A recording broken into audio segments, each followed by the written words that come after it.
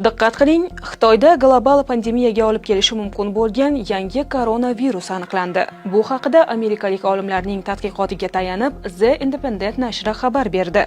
Yangi koronavirus HKU5CoV2 deb nomlanib, u o'lim holati 34% gacha yetadigan xavfli merbekovirus oilasiga mansub.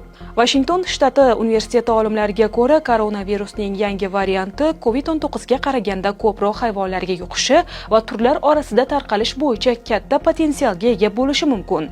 Virus oqsil tikkanchalaridagi kichik o'zgarish unga insonning tomoq, og'iz va burnidagi AC2 hujayralariga yopishib olish imkonini beradi. Tadqiqot mualliflaridan biri professor Michael Letkoning aytishicha, virusning inson organizmiga kirish qobiliyatiga ega bo'lish uchun atigi bir qadam qolgan.